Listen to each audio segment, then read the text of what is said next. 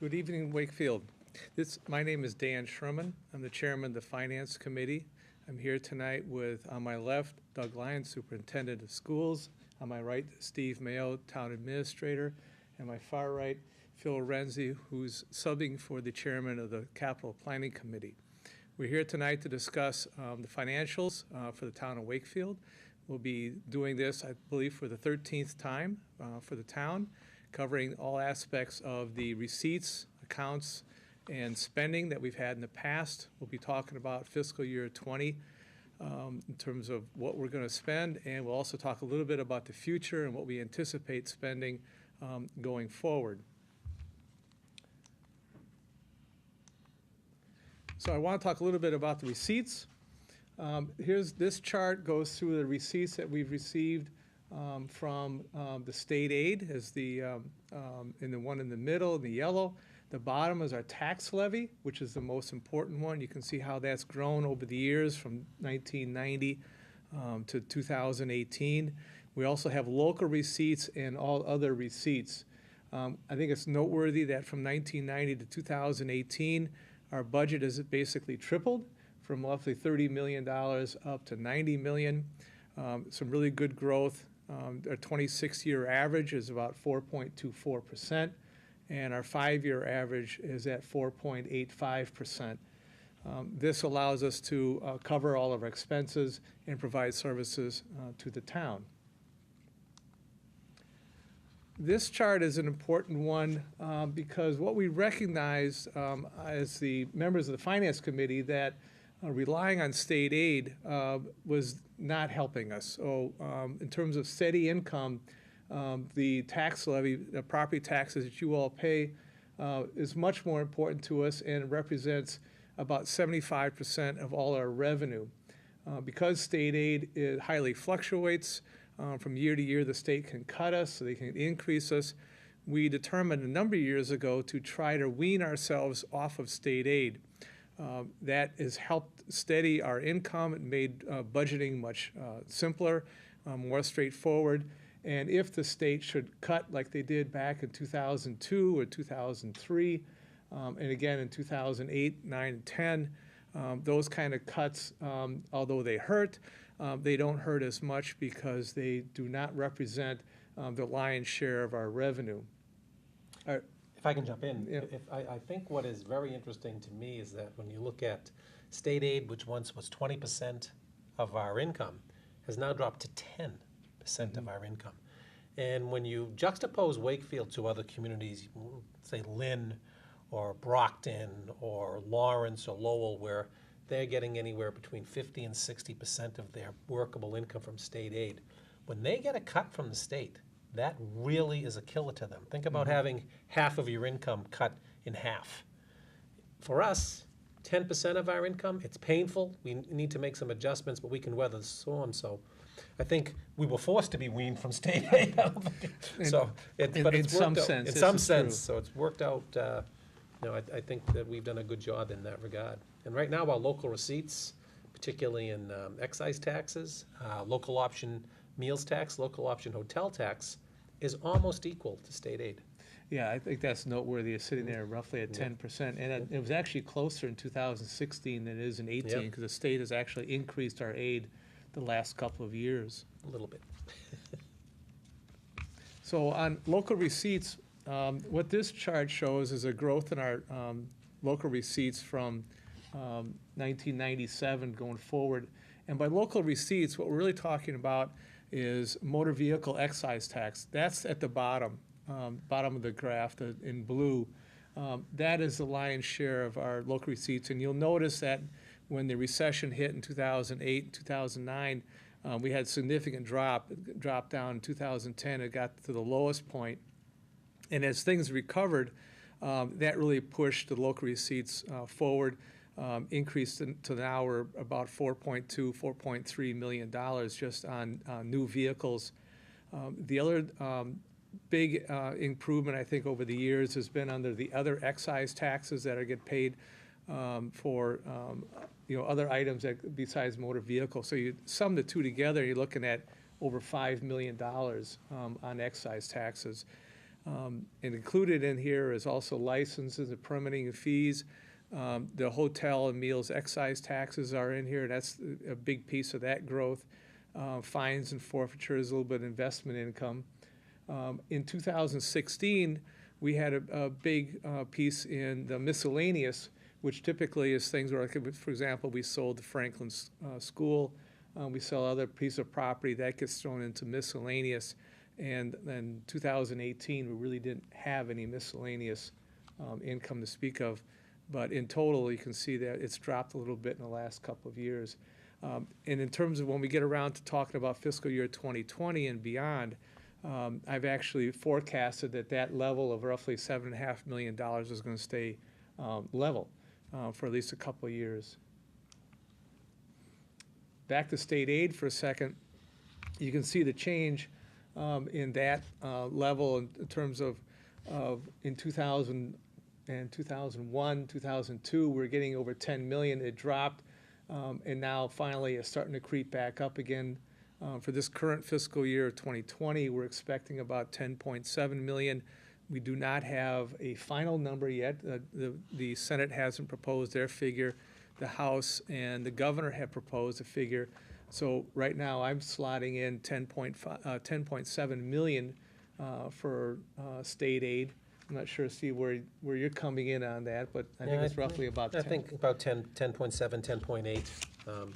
My bigger concern will be how much they take away in assessments on the other side. It's The true. charter schools usually, so. Yeah, that's right. But- There was a significant proposed increase in charter school assessment by the House, I believe. Yeah. So when you hear that state aid is going up, just remember that we do receive state aid for Chapter 70, which is for education, unrestricted local aid, which is probably another 3 million. So between those two, that's 10.5 million, 10.7 million. But then there are assessments. Then there's money that's actually taken away from us by the state. So it all, we look at the bottom line. Yeah, and this particular chart is the bottom line. Right. And this is interesting too, because in in dollars to dollars, we're about the same as we were in 2001, 2002 in total dollars of state aid. But if you ran that on an inflation vector, I think you'd see that we're way behind in state aid in actual dollars. Yep. So it's another interesting phenomenon. So this chart shows our stabilization fund. We'll be going through our various accounts, our, if you will, savings accounts that we have. And the stabilization fund was as high as $5 million, or roughly 8% of our total budget. Then we went on a little bit of a spending spree. We bought some land to head of the lake. We bought over in Greenwood, the playground down there, and next to the playground and next to Moulton. And then ever since, we've been slowly creeping that stabilization fund back up. The balance now is roughly $3 million and represents about 3% of our total budget. The idea here is between free cash, stabilization, and any other savings accounts that we have, we'd like to be up in the 8 to 10% range in case we have, say, another 2007 where the state cuts $2 or $3 million out of our aid. We have this to weather that storm. And on free cash, as of July 1st of 2018, our free cash was up to about $10 million, or roughly 10% of our budget. In the fall town meeting back in last November, I guess it was, early November, we spent a bunch of that. We spent roughly, I think, $3.5 million from that. So our free cash before our meeting coming up here in a few days, we're at roughly at $6 million and change, representing about 6.5% of our total budget. So we've spent quite a bit, and for the coming session for town meeting, we're going to be spending a bunch more. You'll see that when we go through some of the numbers, but we do expect to spend, because if you think about stabilization plus free cash as of July 1st, it was roughly 13%, which is quite a bit greater than our policy of being roughly at 10, between 8 and 10%. So we're going to be spending some of that money on some important projects. The other savings account that we have is what we call the debt service fund. This fund is used to manage our debt. So we have things like the Walton School, public safety, we have the fields, we have the schools like Woodville, we have the senior center, the library. There's a number of various projects that we funnel through this debt service fund. And as we sell property, for example, the Franklin School, that money went into the debt service fund. We have line items in this year's budget to replenish some of the cash that goes in there. And we'll talk a little bit more about those projects that are coming off and freeing up some cash for future projects. But right now, that balance is quite low and has been less than $1 million for several years now. Not sure exactly the long-term plan is for that debt service fund. It may be just continuing where it has been. One of the things that we were really negligent on for a number of years was our capital budget, and we'll be talking more about the capital budget. Phil's going to fill us in on what we're doing for 2020. But the history is shown here in terms of how much we're spending on capital. So if you look at just the capital spend in the pink line, that ran at roughly $2 million, 2.2. Almost $2.2 million for fiscal year 18, but it was as low as $300,000 and $400,000 for a long time, and we were falling way behind on our capital projects. We're going to try to fix that. As a percentage of the budget, it was only roughly 0.5%. It creeped up now to about 2% of our budget. But if we also throw in the value of the bonds, which is the upper lines, because those are capital projects as well. So the buildings that we've been working on and improving and like Galvin and so forth have been, if you add that in, we're spending more like $5 million, and its percentage of total budget roughly at 5%, which is where we need to be. I think is we need to spend roughly where we're at now. We need to maintain that. We have a big backlog of capital projects. We probably need to spend more, but for now, I feel much better about it than when I first got on the board and we were spending, less than $300,000 on capital. That was a real problem. So in terms of large budget items, one of the things that we really pay close attention to is healthcare. Healthcare is a big nut. As recently as 2011, 2012, it was over $12 million. Some of you may remember we made a number of changes. We got out of the MIA program. We got into the GIC, which is the state program for healthcare. That saved us a lot of money. We dropped from 12 million down to 10, but it was less than 10 because in that same year, 2013, we went ahead and started putting money into post-retirement medical trust fund with the state at the tune of like 1.6 million, I think, at that point in time. And now it's slowly creeping up, but a huge savings that's allowed us to do a lot. And kudos to now then town selectmen and Steve Mayo for negotiating with the unions and making that change. It saved the employees a lot of money. It saved the town and the taxpayers a lot of money as well. Retirement continues to creep up, and that's basically with inflation. And our VOTEC expenses have been tracking along at roughly $1 million. So that's been a relatively steep, percentage-wise, increase, 3.5% per year over the last 10 years. But healthcare dropping at 2.2% over the last 10 years is a huge, huge plus. I think there's a lot of corporations out there that would love to have inflation on their healthcare bill at 2.2%.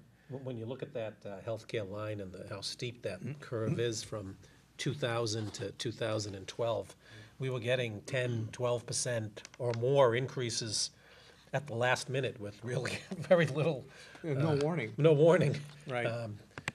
They even sent them over by fax, which I found very strange. Not even an email. They wouldn't even want to get a response. So much better under the GIC, much more manageable, and our Human Resource Department has done a great job, as have the employees that have really worked hard and worked to managing their care. We have a public employee committee where all the unions are represented.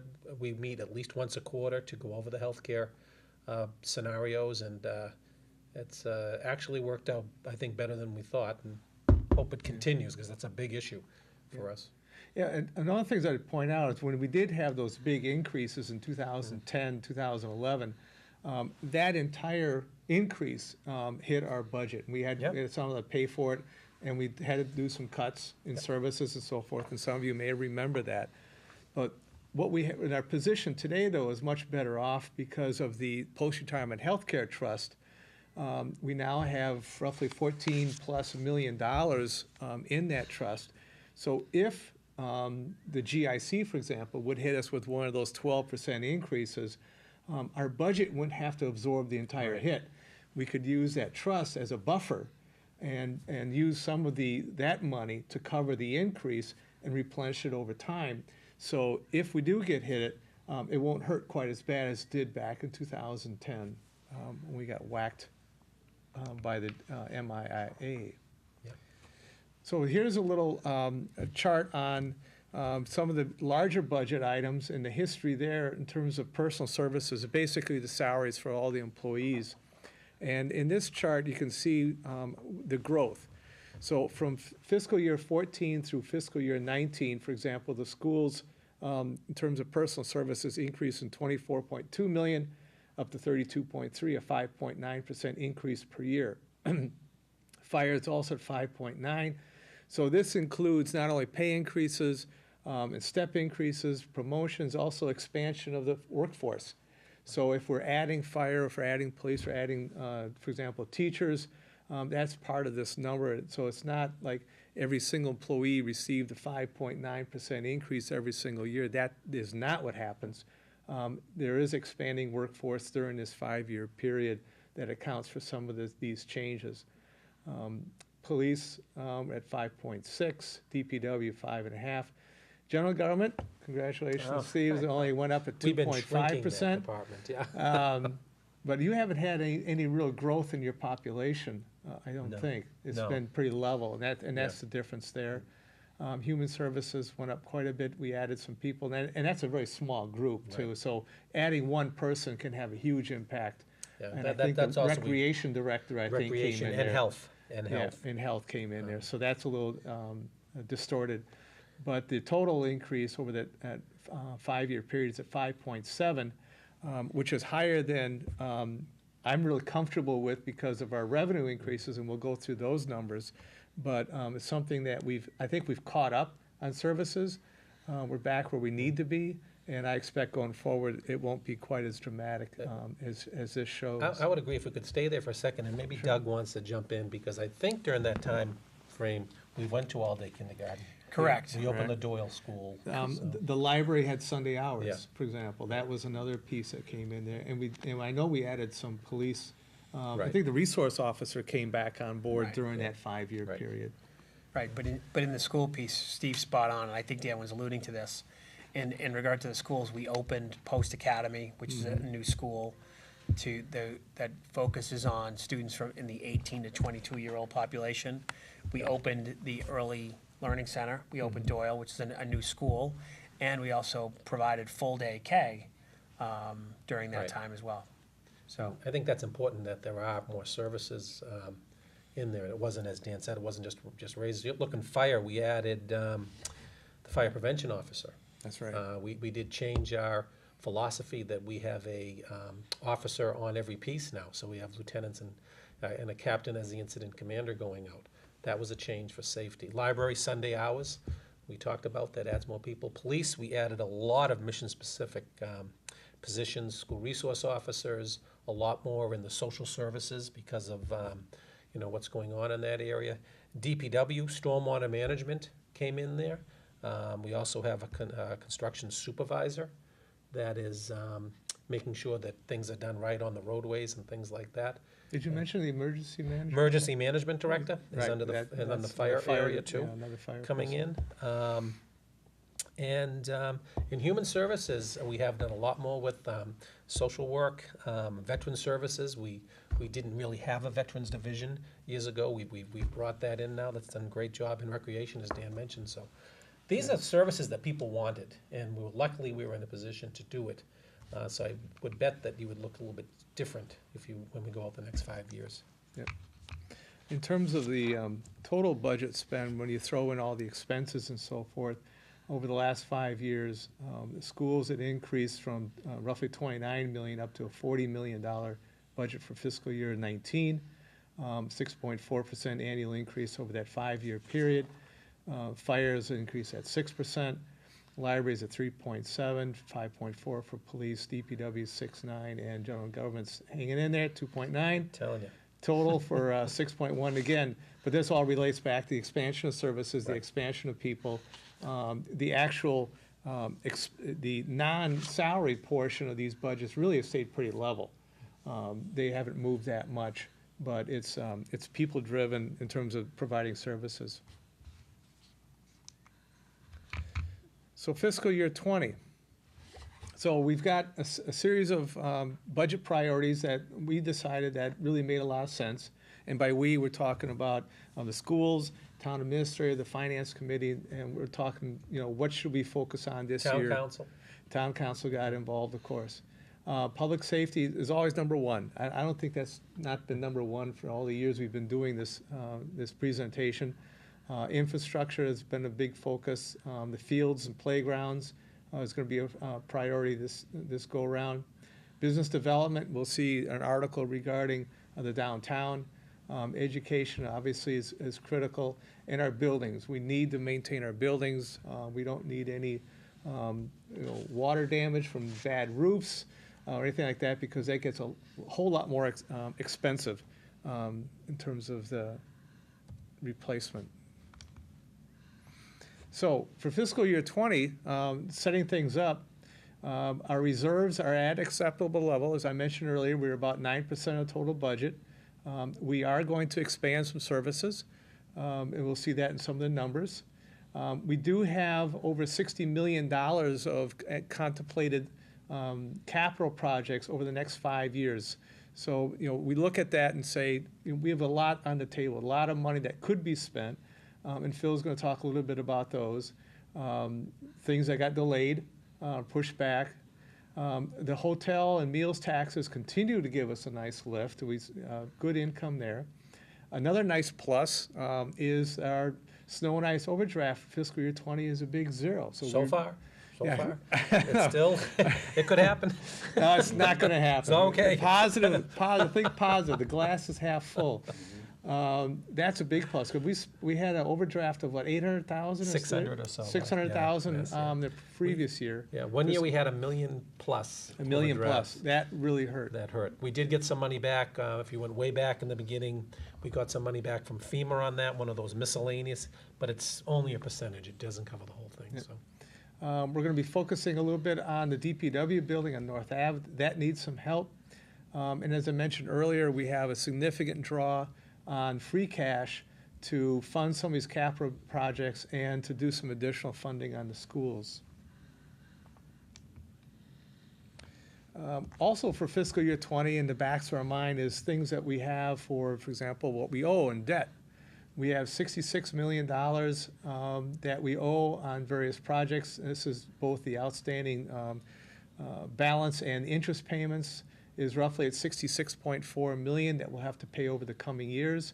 Includes the Dolbear, Woodville Schools, Public Safety Building, Senior Center, Recreation, Public Land, the Galvin, and Walton, amongst others. I think that's a pretty comprehensive list. Our retirement unfunded liability for retirement program is at $62.2 million as of 1/1/2018.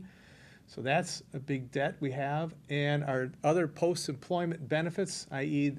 Post-retirement medical benefits, has an unfunded liability of roughly $64 million as of July 1 of 2017. So in total, we have about $200 million of debt that we have to pay off over the coming years. The first line item is relatively short term. Many of those are coming off in the coming 3 or 4 years. The retirement unfunded liability is going to be paid off through 2035. The OPEB unfunded liability, that'll be paid off roughly the same, probably 2035, 2036. We'll pay that off. But The last two are long-term debts, and the first one is relatively short-term debt that will be replaced with other projects, for example, public safety, maybe the high school, and anything else that comes down the line. Can I ask, Dan? Yeah. So when will Dolbear and Woodville be coming off the list there? 2022 and Yeah. 2023, I think, is when those are coming off. 2021 and 2022. Is that when Yeah. it's 21, Yeah. 22? So Dolbear, this is the last payment on Dolbear is this year. Is it this Is year, this 2020? in fiscal 2020? And Yeah. then Woodville and the public safety come in the year after that. Let me Yeah, just, I know it's short term, it's quick, it's Yeah. soon. it's really quick, and then that's gonna help us with other projects is really what that is all about. So, Do you have that? I do have that right here. Let's get to the right page here. Yeah, Dolbear, the last payment is this year, it's $51,000. Not huge, but that's great. Woodville, $585,000 will be, last payment will be in fiscal year 2021, so one more year on that. Yep. Senior Center, $99,203 in 2021. Public Safety Building, first round, 2022, $5,091,600. So Not really, much. we're freeing up a lot of money over the next few years, that about $1.5 million that we can use for other projects. And again, all of these, with the exception of the Galvin School, is all within Proposition 2.5. This is how this was set up many years ago, and it was a real great program. And, you know, we might decide as a community to keep putting the same amount of money, or maybe a little bit less, into the debt service account to build that up, so when another project comes in, we'll have a little cushion. Or we might reduce it a little bit, but those are some great conversations to have. Or we have a new project that we put in that we can keep paying as we go. Yeah, I mean, I think about the DPW Garage. garage and Public public safety safety building. are two that would come on, Right. and because of the time delay, Yep. Yep, those two projects are first pay, even if everything got approved at this town meeting. right. It'd probably be 2022 before those projects will actually hit the debt service Right. fund. So there's a time delay that we could do something, approve something today that wouldn't hit until 2022, when those are already off. But it would be a good exchange. The Right. timing would work perfectly. it looks like, Exactly right, exactly Yeah. right. Looking at revenue, this is what we anticipate for the coming 2020 fiscal year. We expect an increase in tax levy of roughly $3.2 million, represents about 4.5% to $74.6 million. And I'm assuming $1.4 million in new growth. That is consistent with the last couple of years. And by new growth, this is all the projects that you see happening around Wakefield right now, on North Avenue, at the junction. I mean, there's a lot of, right by the McDonald's, that huge project there. We also have a lot of stuff that's coming in, and Victor's been great about giving us estimates on what we got for new growth. So as these projects come on board and the taxes start coming in, I mean, I recall a number of years ago, we were assuming about $250,000 or maybe $500,000 in new growth, but we have far exceeded that over the last several years, which has really helped us out. And that has been a big difference with some of our neighbors. I mean, and I don't know if it's the environment, it's the location. I think we have a great planning board and Board of Appeals and building inspector and DPW director that works when these, developers come in to talk about their project, meet with police and fire. Location, close to 128 and 93, all those good things. Great new middle school, bringing in new people, it's a great place to invest in. And we made some zoning changes. That building on North Ave that has Tono's Restaurant and some condominiums in there and some other businesses. That was done because the town decided to make a change in zoning to allow denser mixed-use around the train station. Take advantage of that. So these were by design. So Steve, can I ask, Yes. when did that change in zoning take place in regard Couple to years ago. mixed use? 2 or 3 years ago. Yeah. Yeah. Yeah. So we also have anticipated increase of state aid of roughly $420,000, coming at $10.75 million. The House version is actually a little bit higher than that. and the Senate hasn't weighed in yet. The governor's a little less than that, but we've slotted 10.75 as our best guess at the moment. As I mentioned before, local receipts, we're putting in at 7.6 million, which is consistent with 18. I believe we got to pull from free cash about $2.6 million based on what we anticipate spending versus what we're going to receive in revenue. The Light Department gives us a check we expect for $905,000 for the use of the land, the property in lieu of other payments. Available funds, we do have other funds we draw on, $236,000. The school building administration payment, we get $928,000. That goes to the Walt, Woodville and Dolbear. Woodville and Dalbury, yeah. And the debt exclusion, we receive $2.5 million for that on the Galvin. And I really think I need to do is increase my local receipts by $12,000, so we have a nice round $100 million in terms of anticipated total revenue, just to make a nice even number. So expenses. So for 2020, what we expect to be paying out and we'll be presenting at the town meeting in round numbers for general government, $2.4 million. Public safety at 12.1, human services at 900,000, public works at 6.9, 42 million for the schools, 1.7 for library, 1.4 for vocational schools, unclassified at 1.7, and benefits at 17.1 million. And at this point, maybe I'll have Doug talk a little bit about his anticipated $42 million spend. Yeah, so this is an increase over FY19 by $1.9 million, which by percent is a 4.75% increase. We're also anticipating an increase in our numbers coming back from Chapter 70 as well, which should be a nice offset for that. I know we kind of talk about kind of thinking really hard about and working toward being within the growth of the town in regard to kind of how we're growing. And so, and with that Chapter 70 offset, I think we'll be pretty close. But we're looking at, you know, the three parts of the school budget are personnel, operational costs, and out-of-district placements for special education. In regard to personnel this year, we were looking at an increase over FY19 to FY20 of a 4.92% increase. When you add that with our operational costs that have creeped up just ever so slightly, about 0.48%. But the good news is that this year we've been able to spend a little money to save a little money. We've been able to hire some personnel to keep students in district. And because some students have aged out and graduated from programs, our out-of-district cost for special educations has decreased, which kind of brings our number, what would have been just a smidge over 5% down to 4.75%. So we're pleased with the work that the administrators have done and kind of really tightening their belts and really being prudent in regard to expenditures. Thank you, Doug. We also have a series of articles that will be presented at town meeting, and those you can see for capital is at 2.1, and in just a minute Phil will fill us in on the details on what we plan on spending on capital. Debt service, 5.6 million, and in statute we actually include $1 million that automatically goes into a debt service fund. So our new spend, if you will be at $4.6 million.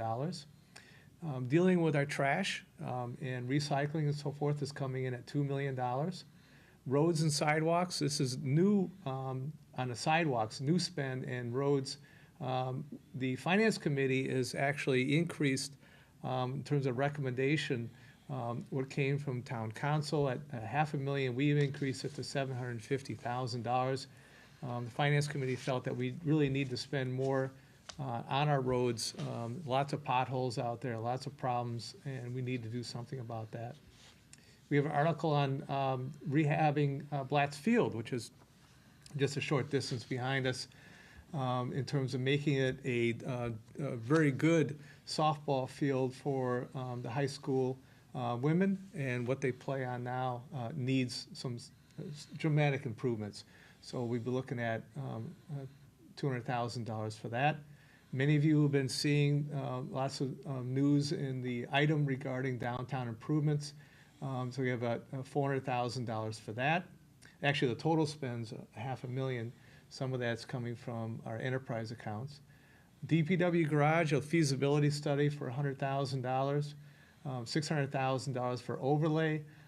The overlay account is basically allowing us to have money available for those that get a tax relief on their property tax versus an appeal. And we have, again, back to the state and county assessments, where the state giveth and the state can taketh away. Right now, we expect to spend $1.7 million on those assessments for a total of $13.6 million. So in terms of, for fiscal year 20, we have a total increase in revenue is expected to be $3.725 million, representing roughly at 4%. We are increasing spending in various, if you group it not by department, but by types of spend. Salaries is coming in at $2.9 million, $346,000 in the retirement program, $81,000 in healthcare. Capital is going up $142,000. Medicare expenses going up $27,000. That's a direct relation to our salary increases. Vocational schools is going up $215,000. We had how many more? 7 more students going to the Northeast Regional up there. Yeah, and that particular bill is tied directly to the number of students who go there. Right. And state and the county assessments now going up $64,000. That might change. We'll see what that final number is. And we mentioned earlier that snow and ice overdraft is going away to a zero. That's a savings of $600,000 versus the previous year. And total department budgets increase at 3.7, or roughly 4.5%. We mentioned the schools at 4.7, police at 4.2, fire at 5.7, and DPW at 3.6. I mentioned on the fire, part of the proposal for this year is adding an assistant fire chief, which is a main driver of that 5.7. And a little bit more into the overtime account. That's true, Yep. also the overtime account. So that's, again, additional people and services. And capital. And on the capital side, I'm going to turn this over to Phil to explain what we're planning on doing in capital. Sure, thank you. So the Capital Planning Committee met about 6 times in a 5-week period, and we met with all representatives from all departments. In total, at our first meeting, we received approximately $8 million worth of capital planning asks. We had about $2.1 million to spend. So we had our work cut out for us in hearing all the department's needs and wants. And through that process, a big accomplishment, or a really big news for the year, was the prior leases was reduced. The previous year was $693,000, and as you can see, this year is closer to $233,000. So that reduction of approximately $351,000 really helped fund other projects in this capital budget. So that was great. Fleet, you can see we approved about $539,000 there. Within there, a number of vehicles for DPW, their equipment and trucks, also several police cruisers, which has been an annual ask from the police department. And so that total was about $539,000. Facilities is your biggest chunk of change. Obviously, we have a lot of facilities that are in need of capital repairs. We ended up with approving about $641,000 in the facilities. There are several large line items that were in the original asks that we did not approve, and there's reasons for that. One was a fire department pumper. That was moved to a warrant article. The DPW facility upgrades, I believe that was also a warrant article. Then there was the Greenwood roof and the Walton roof, 2 large items there. And I believe the town has applied for an MSBA grant for repairs, and we're awaiting word on that. And Right. so I don't know when we're going to hear about that. So again, facilities was the biggest ask. Almost every you know, from the library to the school departments to just the buildings that the town owns and operates from, including town hall, had a good list of asks. So we did our best to hear those departments out and to make the best decisions. Roads, we approved, you can see, about $110,000.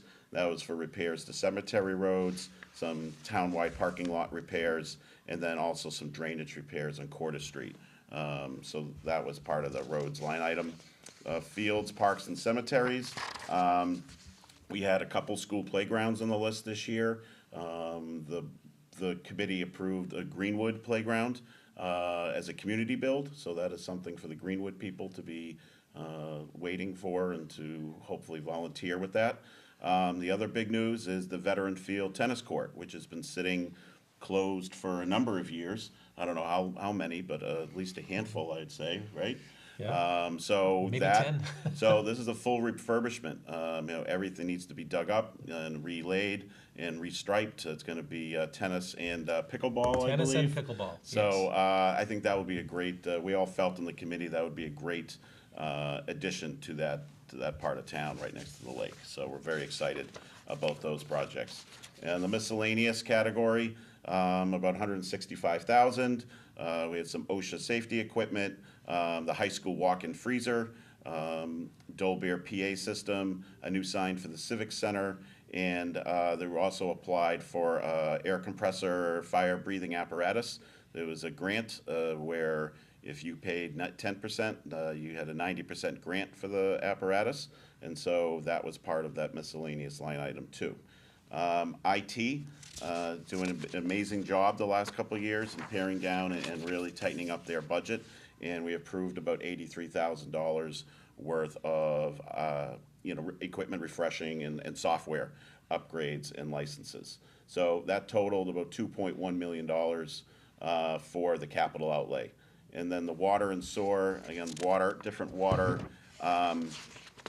and hydrant replacements, and then a pump replacement at Linden Street, and then the sewer was a replacement of a dump truck and replacement of the favorite piece of equipment in our committee was the Muffin Monster, which is a real thing. It's basically the piece of equipment that grinds everything that comes through the facility. It's a very, very hardcore piece of equipment and needs to be working at all times. And so that was in that. So that's all I have. I was going to say, one of the things I know the Finance Committee was very pleased about is the fact that the prior leases did drop down to that level, because our concern was that we've committed so much to prior leases, we didn't have enough money left over for other projects. And the other thing that I know the Finance Committee was pleased about is that the IT portions dropped down to $83,000. Just a few years ago, we were not spending enough money on IT. We spent a lot of money. We had a lot of leases. So IT was a huge portion of the capital just a few years ago, and to see that down to $83,000, I think was very pleasing to the Finance Committee. Another positive thing I think the Finance Committee approved is happy about. In the last couple of years, we've managed to move a number of items that were more operating expenses out of this capital plan. We felt it was more appropriate to go back to the operating budgets of those departments rather than to pay for these items. And so we did move some items out in the last couple of years in that way too. And so that's opened up more money for strictly capital repairs as well. And your assumption's accurate. Yeah. Yeah. Okay, so looking in sort of a summary, total budget expenditures is coming in at roughly $95.4 million for fiscal year 19, our current year. Our total proposed expenditures is, as I said, about $100 million. Total increase of $4.5 million or $475, which just happens to tie to the school budget increase. Total revenue is coming in at $97.4 million, and a difference based on my calculations of $2.558 million will be covered from our free cash, basically our checking account. We're going to draw down about $2.5 million for that. So that's what we look at for income and expense on a total basis. So we do have some challenges, though. We have a number of things that are in front of us that we need to deal with. Some of these challenges are repeats from a prior year. I don't think I changed too much here. They're still there. Building and field maintenance, we're getting there, but we still have a ways to go. We've done some good things, but we have a lot of projects that still need some help. I mentioned the Finance Committee is recommending an increase in roads, sidewalks, playgrounds, and a few fields. We need to deal with those. We've been doing a good job. Like, for example, the recreation bond dealt with a lot of these issues and really made a big impact. But we still have a few to go. Stormwater control continues. Still working on that. The public safety building, as I think everybody knows, is an issue that's being dealt with today. The high school, everybody's aware that we're going back to the state and looking for some assistance and some money to help this building. And as I mentioned earlier, we have over $60 million of identified capital projects that are out there from fiscal year 21 to 24 that at some point we'll have to deal with some of it. We cannot deal with all of it. $60 million is just too big of a chunk. We're doing the best we can with what we have. On the opportunity side, Eversource, the line that's coming in from Winchester, coming in through Wakefield, we expect that to generate additional $1.5 million in tax revenue, and we think it's going to start in fiscal year 21, so that's going to help a lot. Back to your question regarding the Dolbear School, the last bond payment is $51,000 in fiscal year 20. Woodville comes off in 2021. The last payment's $566,000. Senior Center, $100,000 in 21. Public Safety, $591 in 22.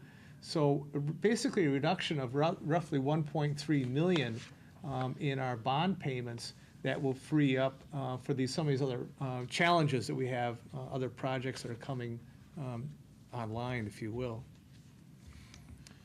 And my final slide has to do with the forecast. So one of the things that I do is I look at the various expenditures, our income.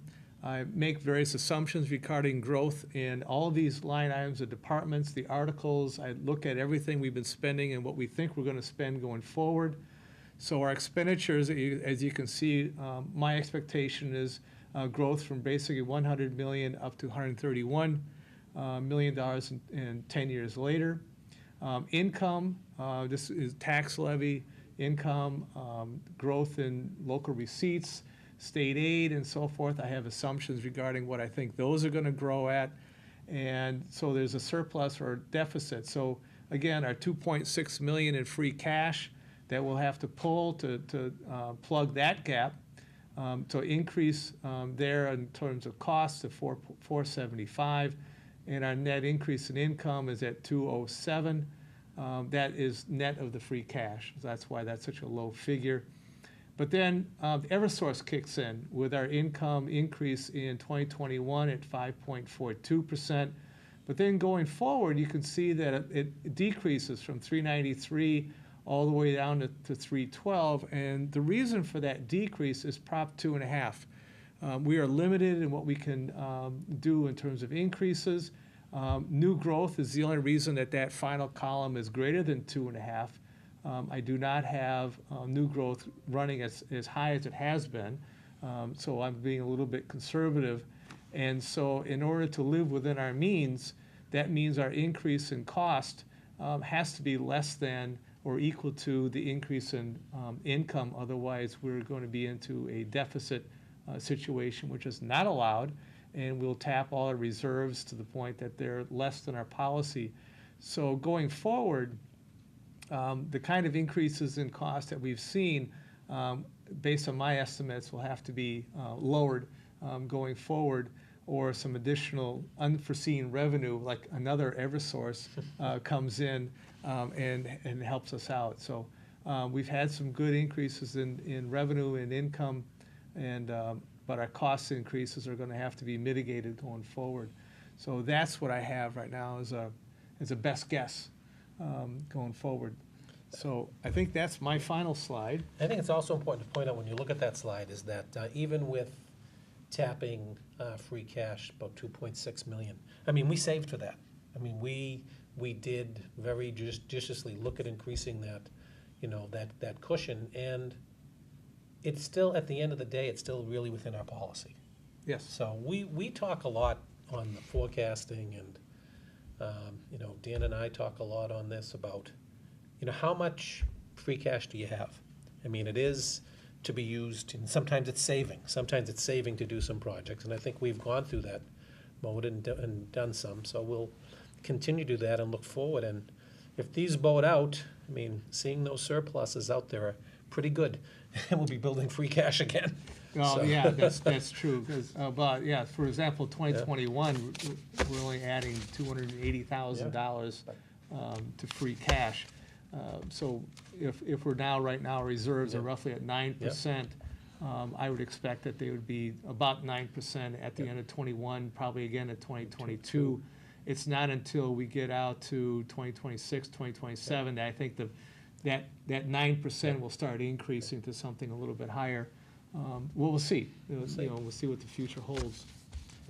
So with that, if anybody has any other final comments or thoughts, speak up. If not, I thank you all very much. I hope to see you all at the town meeting coming up here in a couple of weeks.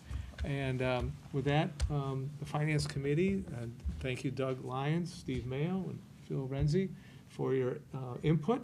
And with that, good night. Thank you.